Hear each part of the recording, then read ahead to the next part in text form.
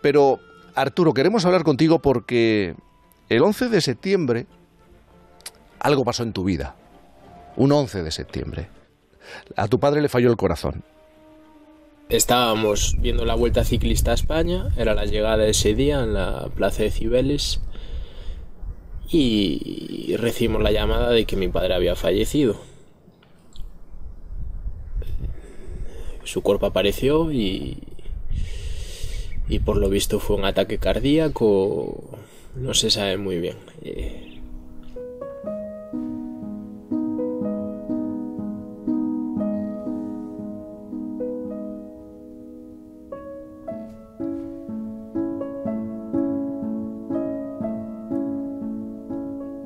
Recuerdo siendo pequeño, en las vacaciones de verano, me sentaba enfrente del televisor junto a mi padre y veíamos juntos los documentales de vida salvaje de la 2. Los que más me llamaban la atención eran los de África y Australia.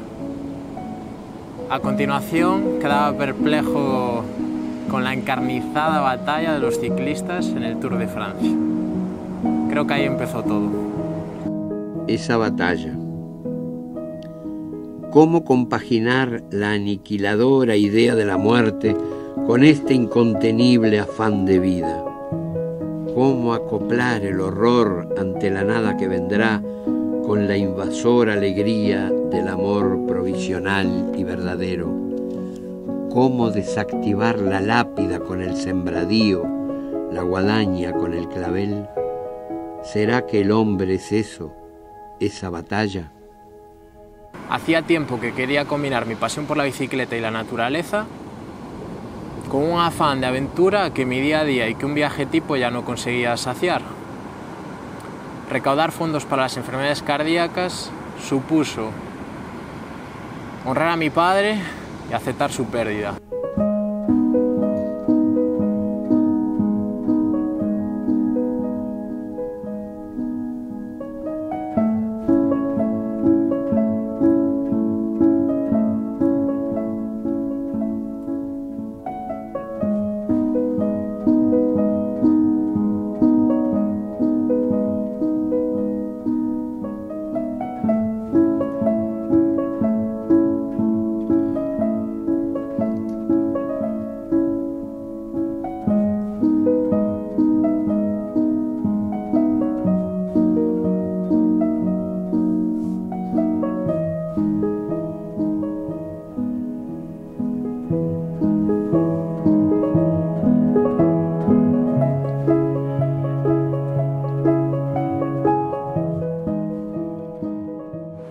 País en el que los cocodrilos campan a sus anchas en el mar y comparten espacio y medio con los tiburones, en el que hay serpientes y arañas de las más venenosas del mundo. Un país súper salvaje, con muy poca gente y en el que todavía hay esencia. Creo que por eso me llamaba tanto Australia y no simplemente porque tenga fauna y flora que no puedes encontrar en otro sitio. Tenía las expectativas muy altas.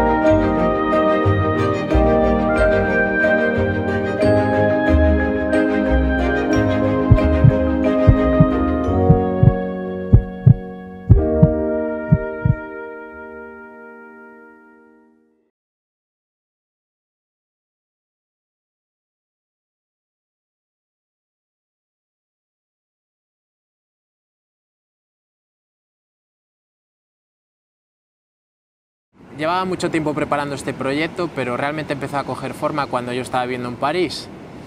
Estaba ya diseñando la ruta, posibles paradas, cuánto tiempo me llevaría, cuántos kilómetros quería hacer. En resumen, dándole forma a todo lo que después llevaría a cabo. Y mi idea era hacerlo solo, hasta que un día apareció Virginia y meses después decidí compartirlo con ella y al final se convirtió en la pieza más importante de mi viaje. La première fois qu'Arthur m'a raconté du projet, c'était la première fois qu'on s'est retrouvés à Paris, sur la Seine. Et bon, je lui ai raconté que mon père, il était cardiologue. Et quand je lui ai raconté ça, il m'avait dit qu'il était en train de faire un projet, d'écrire un projet pour les maladies de cœur. Il m'avait raconté qu'il avait perdu son père et qu'il était en train de construire le projet de sa vie. Faire 16 000 km en Australie, en vélo. Et bon, petit à petit, j'ai compris que c'était ça, c'était très sérieux.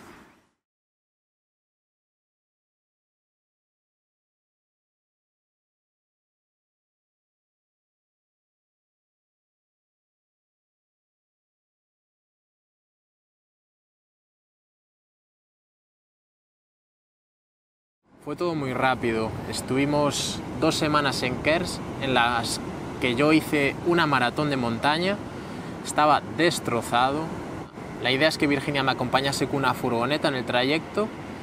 Así que dedicamos las 2 semanas yo a encontrar la bicicleta y ella un coche en el que me pudiese acompañar y en el que pudiésemos dormir y finalizar las etapas.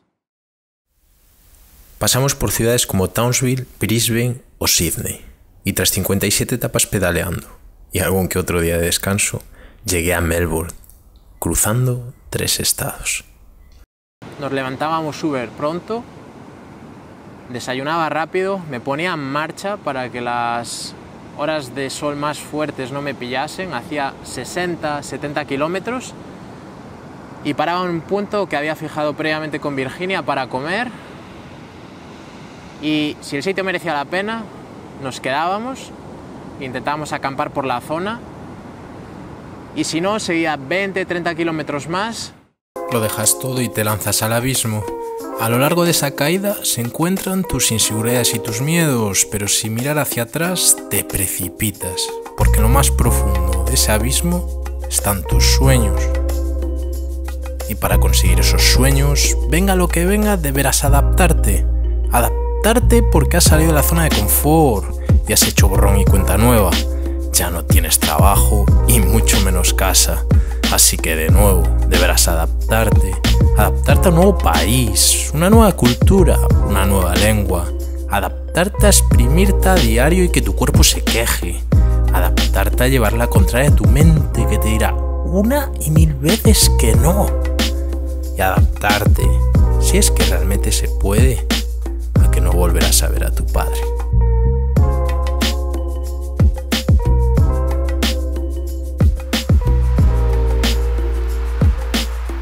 Sin días de pausa fueron cayendo los kilómetros uno tras otro.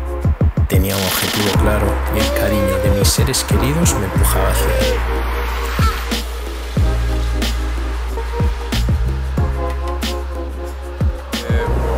Me dirijo por una especie de carril bici que va al lado de la autovía hasta Gold Coast. Llegar a las grandes ciudades siempre era caótico y se convirtió en mi peor pesadilla.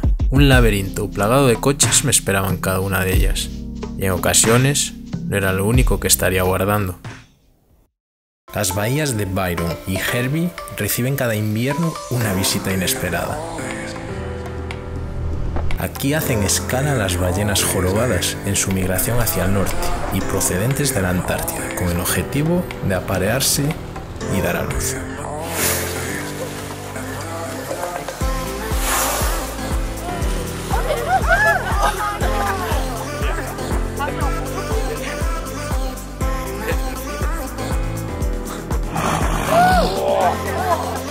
Estas criaturas fueron cazadas casi hasta su extinción. Durante la década de 1930, más de 50.000 ballenas fueron sacrificadas cada año. Afortunadamente, en 1986 se prohibió la caza comercial para que las poblaciones de cetáceos puedan recuperarse.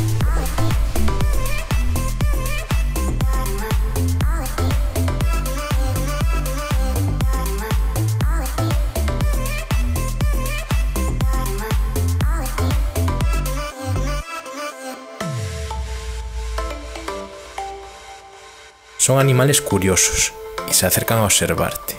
Su tamaño asusta, pero tienen una sensibilidad natural que las hace extremadamente cuidadosas. Transmiten paz y serenidad y hacen que el encuentro sea mágico.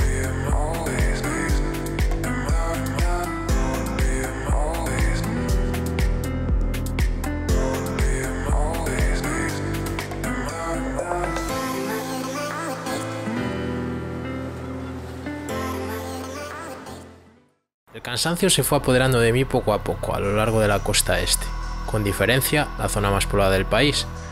La distancia recorrida fue aumentando paulatinamente, pero las etapas se convirtieron en monótonas travesías de asfalto, coches y obras.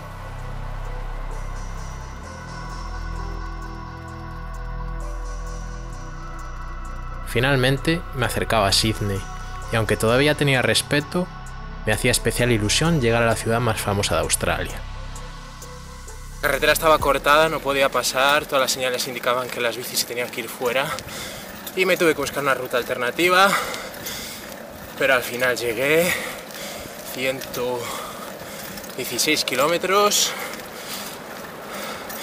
para llegar a un parking al ladito de Sydney ya. Me había planteado llegar directamente a su edificio emblema. La Ópera de Sydney es uno de los edificios más famosos y distintivos del siglo XX, declarado en 2007 Patrimonio de la Humanidad. Fue inaugurado el 20 de octubre de 1973 por Su Majestad la Reina Isabel II, en su papel de Reina de Australia.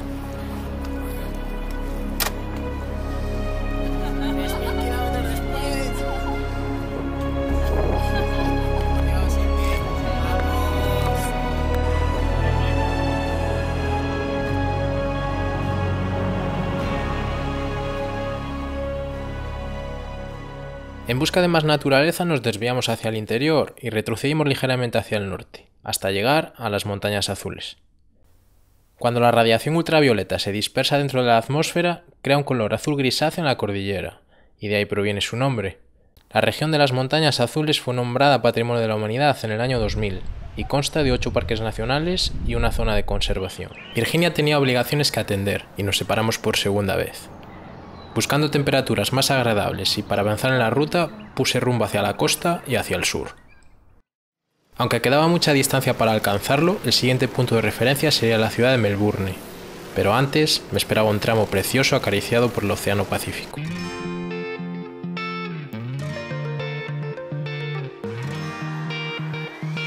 I've never really been the one who's worried. Always been the one who's keeping it cool. The kind of guy who chill while others hurry. I didn't know that I've been the fool. I've been telling lies about something real, but I know love is based on honesty. Kept thinking how real love should feel, knowing that it's not just you, it's me, 'cause I was made to be free.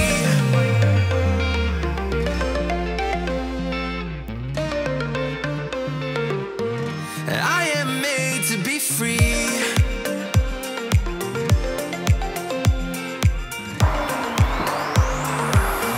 I am made to be free. 70 kilómetros bordeando la costa, sube, baja, montaña rusa, y la intención ahora es llegar a un camping que por lo visto es súper bonito, y además es gratuito al lado de la playa, y me quedan 5 kilómetros, pero mira. Thinking about myself and myself only. I've been living that since I was 16. 6 kilómetros de baches y arena, pero wow, ha merecido la pena llegar a este campo. Vamos a comer aquí, quizás sigamos unos kilómetros más. Este es un lago lleno de pájaros. Allí está el mar. Tenía la intención de llegar a Melbourne por otra vía y decidí desviarme hacia el interior, dejando la costa por un tiempo. Un nuevo aliciente. Ilusionaba cruzar las montañas más altas de Australia, situadas en el Parque Nacional de Kosciuszko.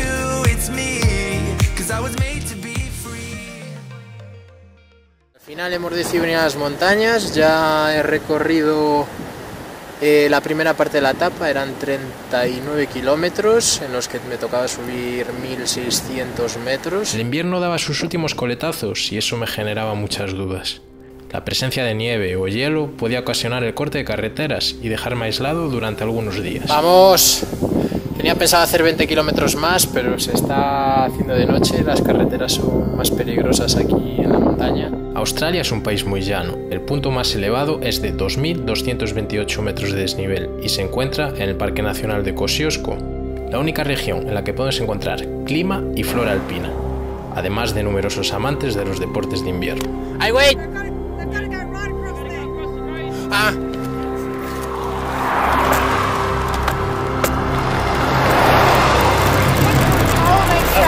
Okay, thank you.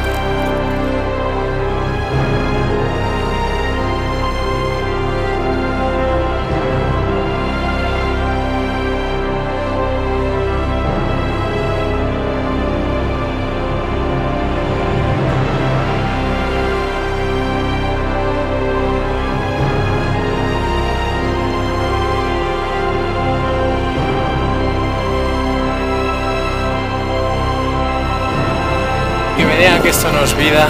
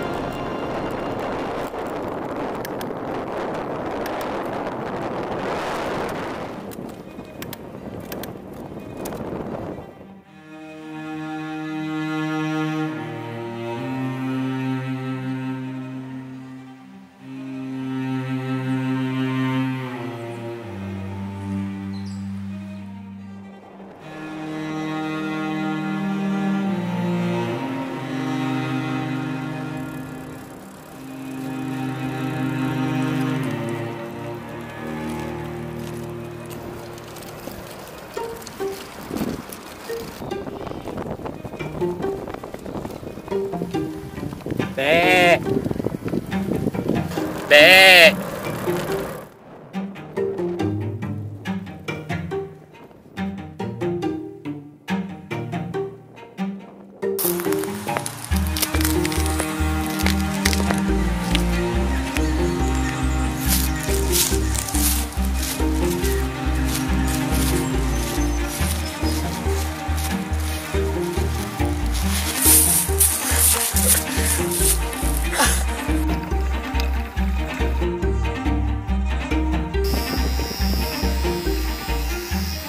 Hoy hemos dormido en una especie de hipódromo abandonado.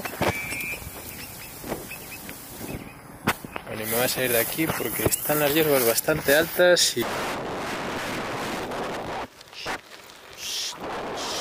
Ya había dejado atrás el Parque Nacional de Kosciuszko y me encontraba en el estado de Victoria, a pocos kilómetros de la ciudad de Melbourne. Allí cogería el ferry que me llevaría a Tasmania, si es que llegaba de una pieza.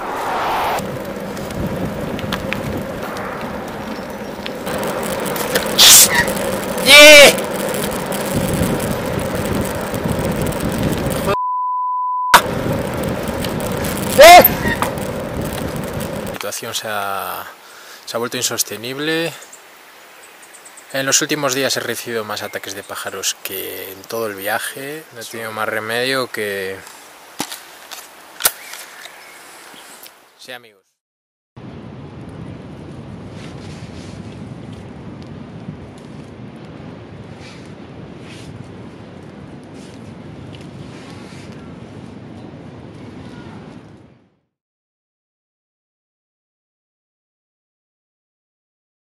Venía súper quemado de la costa este porque había cruzado muchas ciudades a las que me costó muchísimo entrar, mucho tráfico, que para mí fue lo más peligroso en esa zona.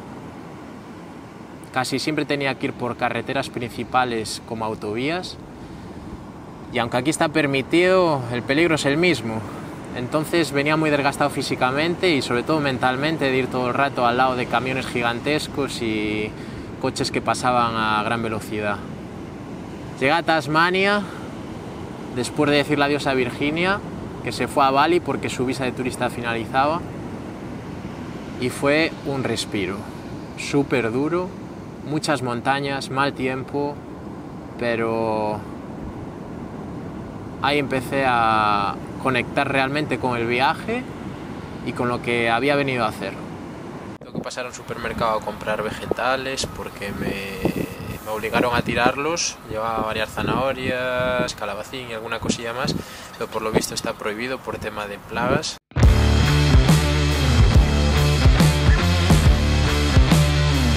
Segunda etapa en Tasmania, no paro de subir, todo montañas, lo que me queda por delante. Llevo 35 kilómetros y ya estoy reventado. Tasmania estuvo unida al continente australiano hasta hace 13.000 años. Tras la subida del nivel del mar se creó el estrecho de Bass y se convirtió en la isla más grande del país. En consecuencia de este aislamiento hay animales autóctonos como el denominado demonio de Tasmania.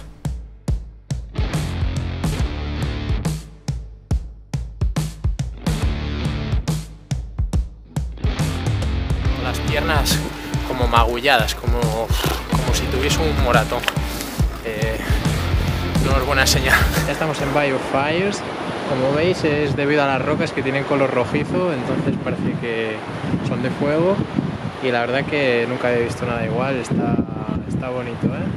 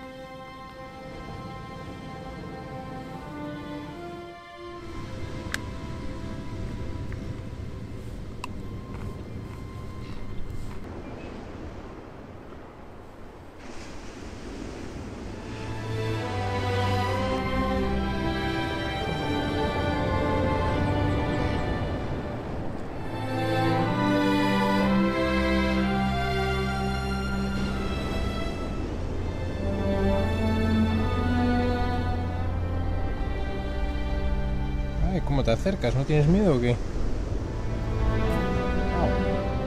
Me quedaría aquí de por vida, pero no tengo agua, aquí no es potable y la comida escasea. Tengo que pasar por la ciudad que está a 14 kilómetros para hacer una compra y ya me dirijo hacia el sur, no volveré aquí.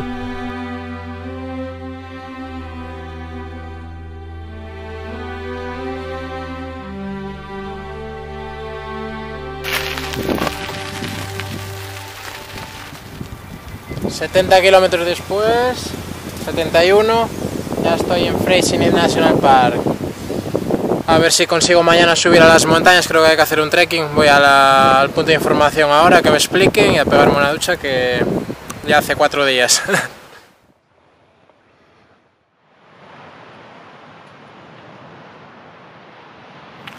Ya estoy en ruta.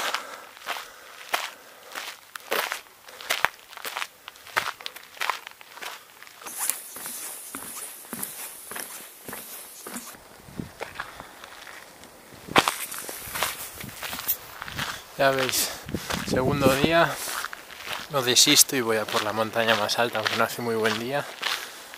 A ver si no llueve, de momento llevo una horita quieto, porque si está húmedo es imposible.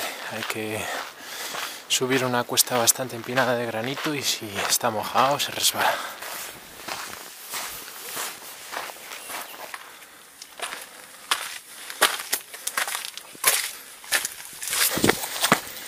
Wow, no sé si aprecia lo que estoy subiendo, pero...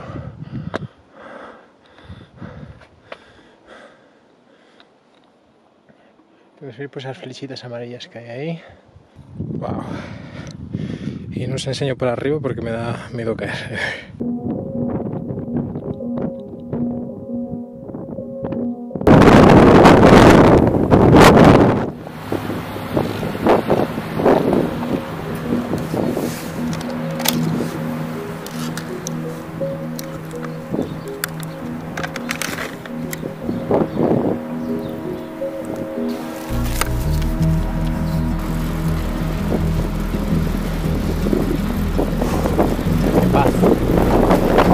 ¡Vamos, Australia!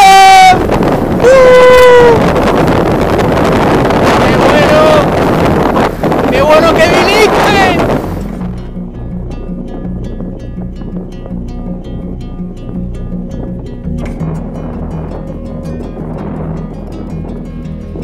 En el momento de la colonización británica, en 1803, había entre 5.000 y 10.000 habitantes autóctonos en Tasmania. La Guerra Negra, o genocidio de Tasmania, hizo desaparecer a toda la población autóctona. He corrido como 20 kilómetros, he salido ya de Port Arthur y me he venido a otro arco que se llama el Arco Tasman. Estaba conmovido por las historias de esta masacre y que nada tienen que ver con la belleza de la zona. Con las barbaries del ser humano rondando todavía mi cabeza, hice escala en la capital y acto seguido me dirigí hacia el norte. Quedaban pocos días para que mi barco zarpase y el puerto estaba ubicado en la otra punta de la isla. Ya estoy camino de Devonport, tengo el ferry mañana a la mañana. Tras más de 2 semanas, enfrentándome solo a diferentes situaciones, podía decir que había superado la prueba de fuego. Tenía la confianza necesaria para afrontar el gran reto que desde el inicio del viaje me angustiaba y emocionaba a partes iguales. Ya en Melbourne me dediqué a secar todo el material, venía empapado tras los últimos días de intensas lluvias. Virginia estaba de vuelta y juntos compartiríamos los últimos kilómetros hasta las fauces del Lobo y antes de separar nuestros caminos.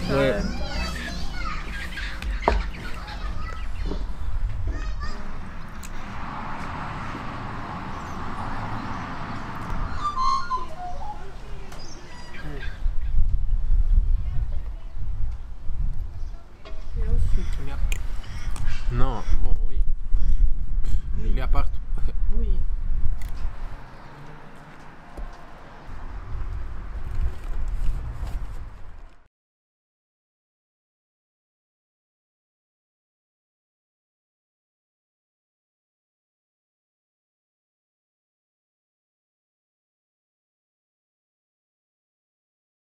Después de Tasmania nos teníamos que dar mucha prisa porque el verano se estaba acercando y cada vez que chequeaba el tiempo en el desierto, las temperaturas subían día a día y empezaba a verlo inviable. Estábamos llegando ya casi un mes más tarde de lo que yo había previsto y la cosa se estaba complicando verdaderamente.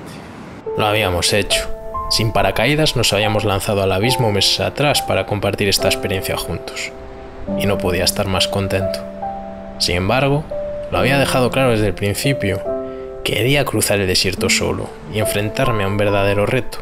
Uno que me llevase al límite de mis fuerzas. Ese momento, y también el de decirse adiós, estaban cada vez más cerca. Empecé el proyecto en Queensland. Desde ahí llegué al estado de New South Wales. Un poco más abajo crucé Victoria. Desde Victoria cogí un ferry en dirección a Tasmania, el cuarto estado, y ya de regreso estoy en South Australia, camino a Adelaida. Me queda cerca de 500 kilómetros. Tengo que llegar a Adelaida pronto, que se acerca el verano y las temperaturas siguen subiendo cada día.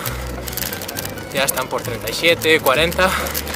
La gran carretera del océano quedó atrás y llegamos al estado del sur de Australia, conocido por sus extensas viñas. Pero antes pasaría por el monte Gambier y su famoso lago azul.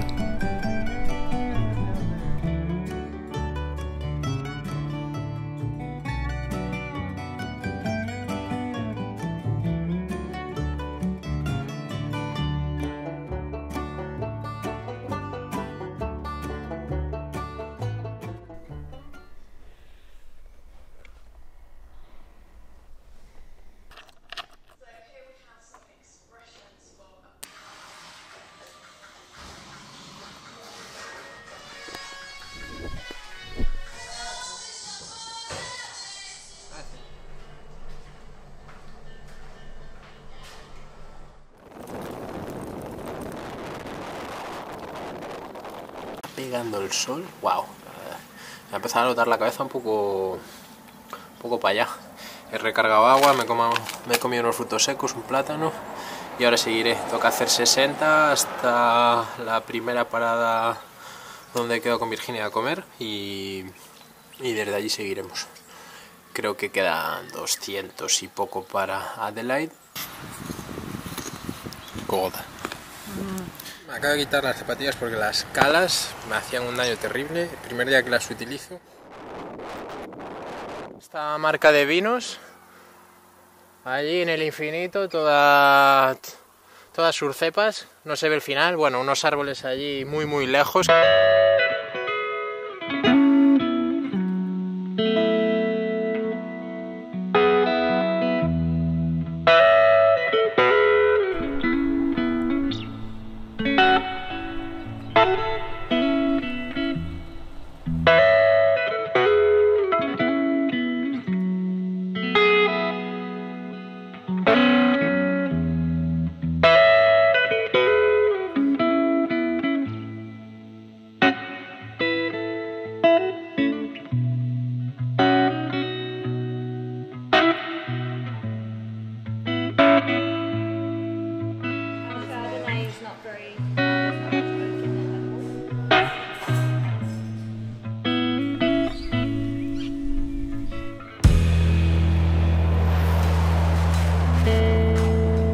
Parado en esta sombra, no encuentro muchos árboles que la den hacia la carretera y no me puedo pegar demasiado hacia el secarral ese, no vaya a ser que haya alguna araña. Acabo de cruzar con bicicletas, cosa rara. I'm raising money for Sane Australia. Oh wow, what is that? They support My people. complex mental illness. Yeah, Okay. so PTSD, anxiety, depression. So do you have a crowdfunding page or something? Yeah, I have a GoFundMe. Me too. Yeah, cool. I'll donate to you. Perfect. Yeah, Me awesome. too. Yeah, awesome. Well, it's nice to meet you. Nice to meet you. Yeah, cool. Safe travels. Safe travels. Bye. See you later. Veníamos por una carretera más hacia el interior, pero como he pedido cosas para la bicicleta y me van a llegar a Port Augusta en menos de una semana, vamos a aprovechar estos días para visitar esta zona de costa que por lo visto es muy bonita, y así hacemos tiempo hasta que tenga todo el material.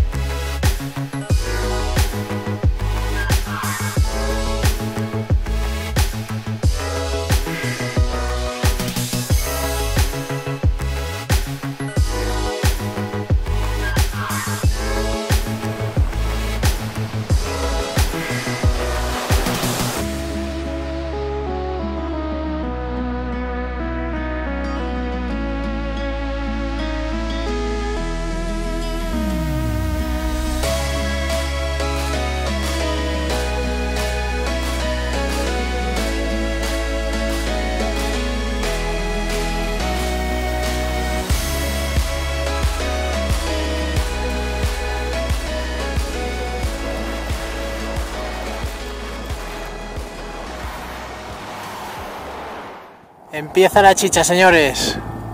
119 kilómetros para Port Augusta y desde ahí empieza la carretera hacia el desierto. Ya ha llegado todo el material a Port Augusta que pedí para la bicicleta y estoy ahora preparando las mochilas, organizándolo todo bien. Sobre todo midiendo muy bien el agua que voy a necesitar. He comprado una garrafa de 10 litros que no creo que lleve llena desde el principio. El calor es insoportable, hay muchísimas moscas.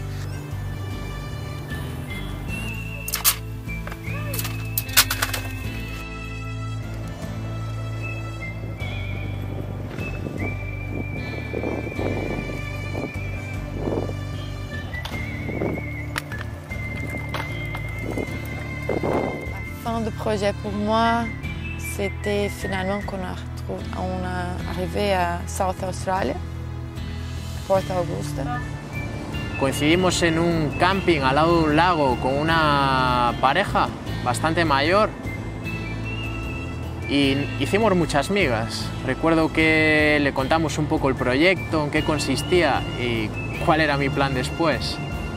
Recuerdo la mujer, entre lágrimas, pedirme, como madre, no vayas ahí dentro, es súper peligroso. No eres consciente del calor que hace ahí, no es el calor que tú recuerdas de Europa. Aquí hay un agujero gigante en la capa de ozono y el calor te atiza de otra manera. También me contó que hay muchos criminales, que roban mucho, que desaparecen turistas cada verano, que hay que tener muchísimo cuidado y que todos los años muere gente ahí dentro. Sinceramente ahí empecé a tener dudas, pensé en cambiar el proyecto, incluso en abandonarlo. On n'arrêtait pas d'avoir de nouvelles, des gens qui nous racontaient des catastrophes dans le désert, des gens qui se mettaient à notre place et disaient que, bon, qu'il était fou furieux, que c'était l'été et bon, il pouvait mourir por plusieurs raisons. Hasta que Virginia me enseñó un libro, empecé a leerlo, entre 100 días entre cielo y mar, de Amir Klink.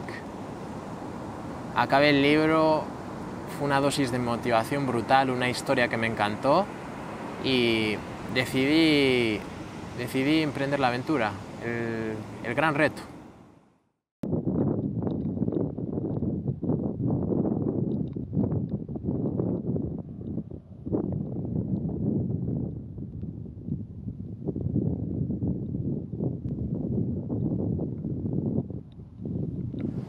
Recuerdo entrar ahí dentro, una carretera infinita que me llevaría a lo largo de casi 4.000 kilómetros, no me cruzaba prácticamente a nadie, ya en las primeras horas, y decir, wow, ¿qué estoy haciendo aquí? Y a raíz de ahí empecé a disfrutar, me olvidé de todos los problemas, de todas las advertencias, y se convirtió en la mejor parte del viaje. Empiezo el desierto. El objetivo, cruzar Australia de sur a norte, desde Port Augusta hasta Darwin. Con mucho respeto, pero con infinitas ganas. Creo que lo voy a conseguir. Hay muchos contras, sobre todo la temperatura, pero espero en mes y medio poder realizar esto.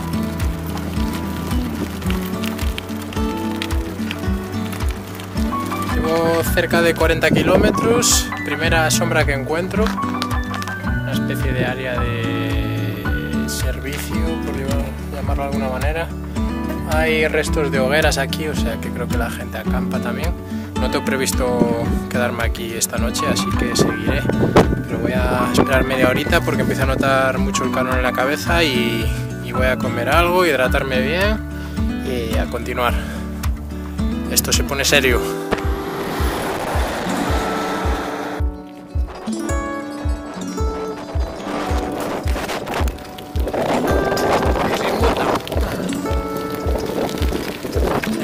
Al libre.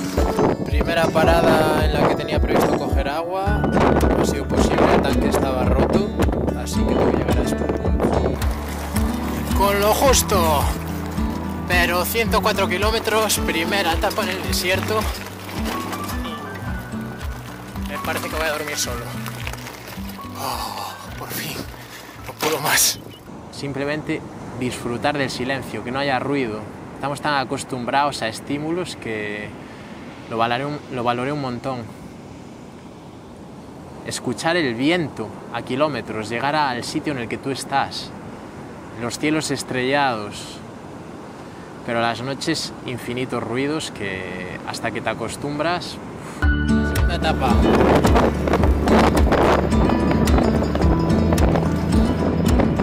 40 kilómetros de la segunda etapa, todavía no aprieta demasiado el sol. Voy a intentar apurar lo máximo posible, encontrar agua y seguir más tarde.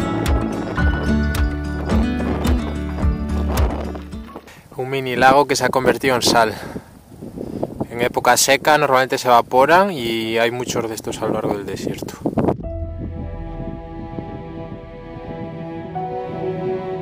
No había hecho nada más que empezar y el desierto ya me había enseñado sus dos caras.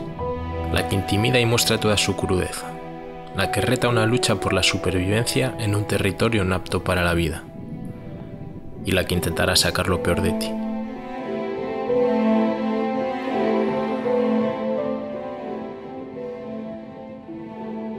A pocos metros de donde habías presenciado solo algunos de sus horrores, también podrás admirar la otra cara, su particular belleza y su fragilidad. También serás partícipe de una lenta espera. La lluvia llegará y evitará su soledad, dará vida y no solo la arrebatará. Y reflejado en ese agua verás que las dos caras del desierto son en realidad tus caras, y a ellas has venido a enfrentarte. Lo peor y lo mejor de ti te ha llevado hasta ese punto, pero afortunadamente, y por raro que parezca, no estás solo.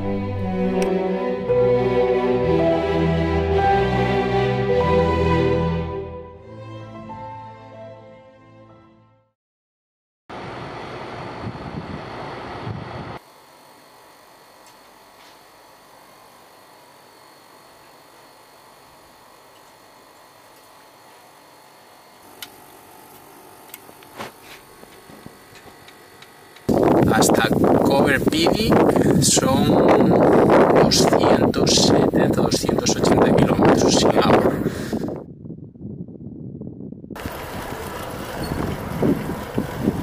Dejando Glendambo. Al final me animé a hacer 10 kilómetros más, creo que he hecho 122, 123 y mirad lo que me he encontrado. Una esplanada para mí solo. Suerte que no hay mucho viento porque es gravilla y no me clavan las piquetas. He puesto unas piedras para fijar. Espero que no se levante ráfagas por la noche porque últimamente sí.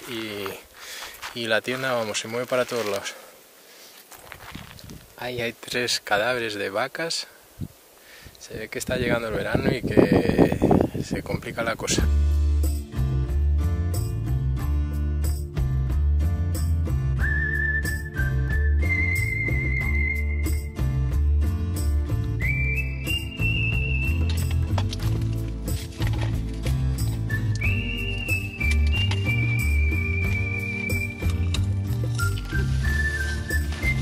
Etapa 4, 6:30 de la mañana, el sol saliendo y yo todavía dormido, lo que me cuesta madrugar. Siendo el cuarto día, hace 2 que no tengo cobertura y en 5 kilómetros hay un teléfono de emergencia. Imagínate si en casi 400 kilómetros que llevo te pasa algo. Cuarta etapa, llevo 120 kilómetros, ahora aquí parado desde hace 3 horas aproximadamente, porque después tengo un montón de kilómetros sin nada y pega muy fuerte el sol e intentaré seguir 20-30 kilómetros más y así acercarme a Coober Pedy, que es la parada en la que tendría que recoger agua.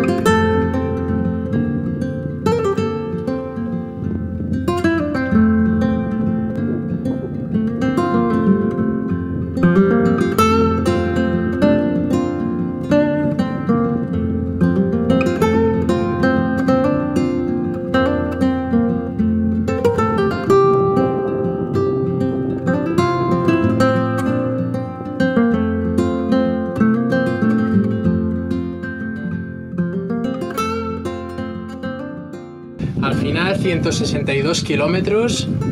Estoy impresionado de cómo están respondiendo las piernas.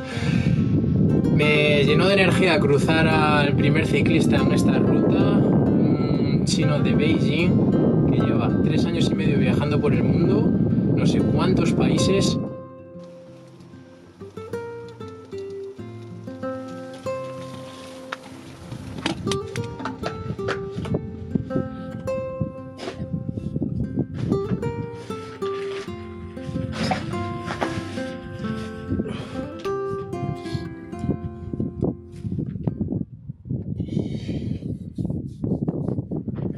Me quedan 40 kilómetros para Coberpidi, señores. Está aquí cerquita ya.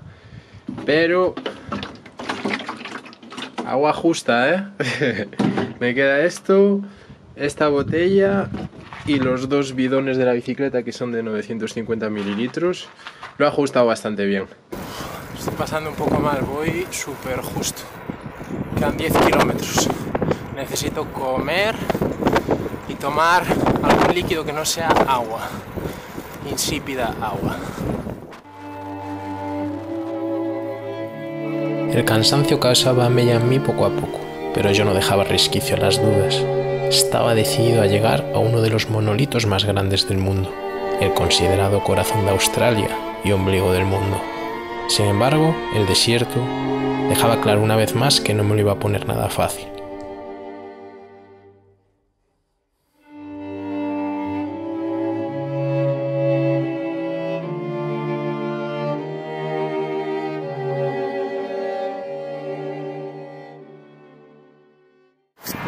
Por fin he llegado. La gasolinera a repostar. Un montón llegar hasta aquí. Voy a hacer compra en el supermercado, recargar el agua, que hay un punto en el que por $1 recargas 30 litros. Y a la tarde intentaré continuar 45 kilómetros. Me quiero alejar de aquí porque mañana dan tormenta y creo que si avanzo un poco va a estar más calmado el tema. Son las 6 de la tarde, acabo de hacer la compra, rellenar agua y he esperado un poco porque está apretando el sol, no baja de 36-37 grados y no hay nadie en la carretera, no me extraña, como pica. Me he quedado a 10 kilómetros, estoy montando ahora la tienda. Es una parada para camiones, pero creo que entenderán las circunstancias. Me he puesto aquí apartado y no los voy a molestar. Ellos me despertarán durante la noche porque hacen un ruido del diablo. Estoy lleno de moscas, no he cenado, se va a hacer de noche y me quedan por preparar las cosas.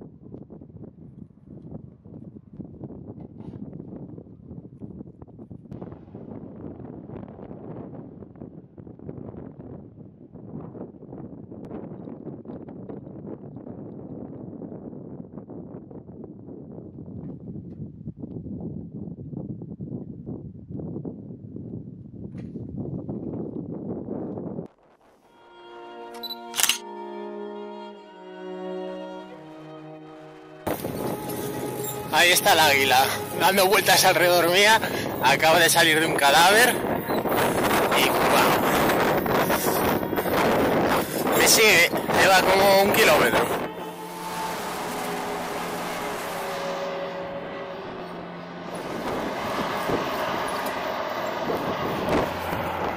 Los famosos road trains, trenes de carretera, tiene como 3 o 4 vagones.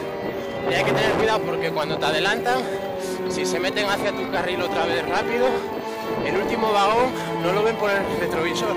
Ya era verano y las temperaturas superaban cada día los 40 grados. El desierto se seguía cobrando víctimas hasta que la lluvia llegó tras una sequía de meses.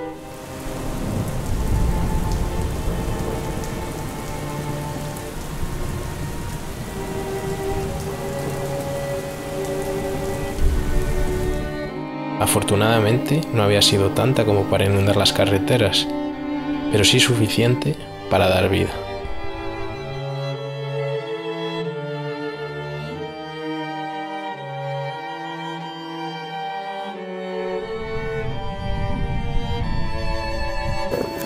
Próxima parada en 190 kilómetros.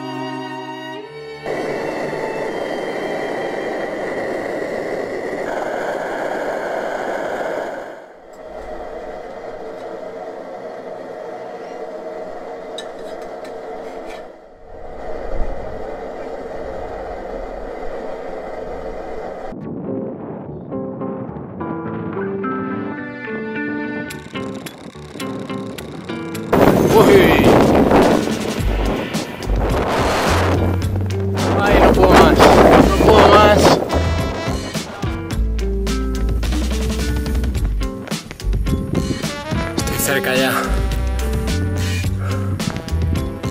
No sé si es la siguiente señal y cambio de estado y de hora. Me queda poquito, 3 o 4 kilómetros. Estoy reventando.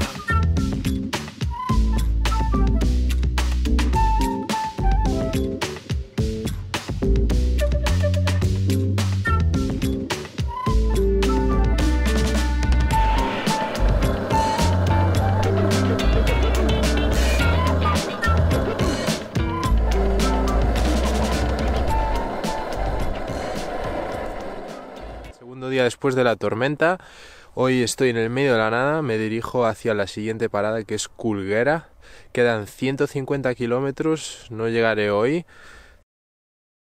Creo que me quedaré en un camping que está a 10-15 kilómetros antes.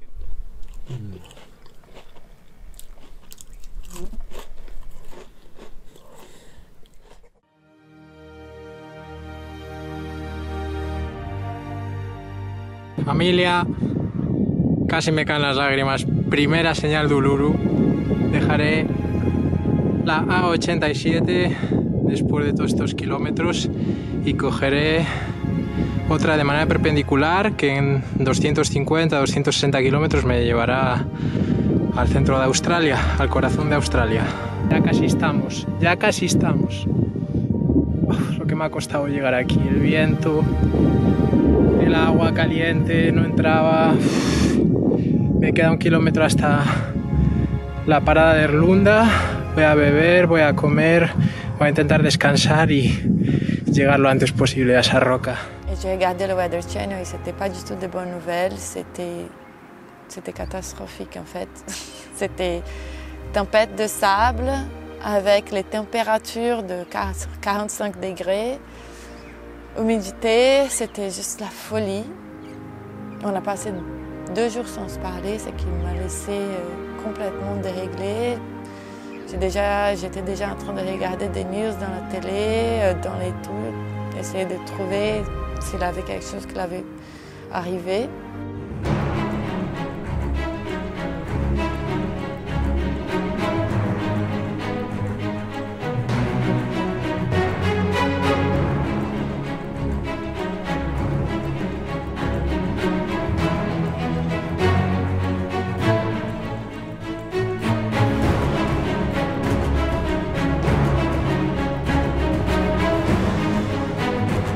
...110 kilómetros desde Erlunda, me quedan 160 aproximadamente.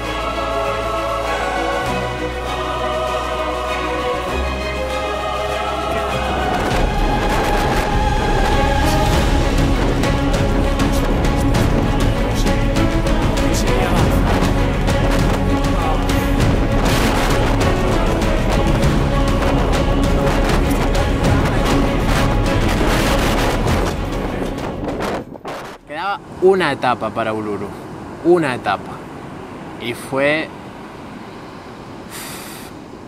el primer día que realmente temí por mi vida. Ahí pensaba que me iba a desmayar en cualquier momento, no pasaba ningún coche, estaba deseando pedir ayuda. Me quedaban cerca de 20 kilómetros, pero no conseguía avanzar, el viento era súper fuerte y yo no tenía energía, me había quedado sin comida, sin agua. Y realmente no sé ni cómo llegué. Sentí un escalofrío en el cuerpo y me empezaron a caer las lágrimas, no lo pude controlar. Son muchos meses, años que llevo planeando esto. Desde hace un tiempo con más significado. Por el fallecimiento de mi padre y esto va por él. Él es el que me empuja desde ahí arriba. No ha sido fácil llegar hasta aquí, mucho tiempo solo, muchas dudas.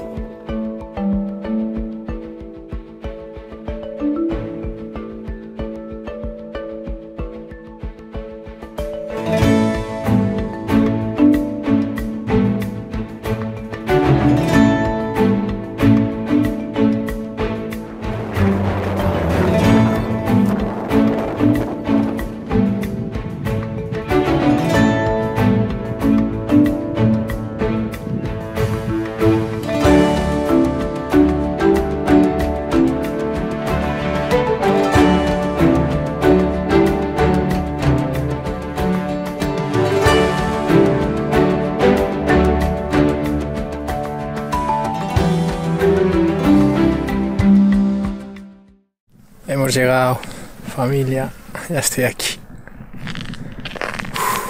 He sudado, he sufrido, he llorado. Pero aquí estoy. ¿Qué os parece? Llego y primera cosa que hago es ponerme a comer. Estaba que me caía. Estoy disfrutando de soledad, me he venido a esta sombra y nada, solo os quería decir que fueron 2 días los peores. Se me hizo cuesta arriba, pensaba que no llegaba. Ya lo daba por hecho, había hablado con mi madre, con Virginia. Era como, queda una etapa, ya está. Y no, fue la peor etapa, fue durísimo. Y ahora, hoy no le quiero dar vueltas a eso, tendré que decir qué hago, porque si tiro hacia el norte, hacia Darwin, y me encuentro los mismos vientos o peores a causa del monzón, y a eso le sumas tormentas eléctricas y aguas raudales, puedo sufrir mucho, no, puedo quedarme ahí. No quiero pasar por eso, no tiene sentido, y puedo quedar entre... Hay cortes de carretera, puedo quedar entre 2 ríos y eso sería súper peligroso.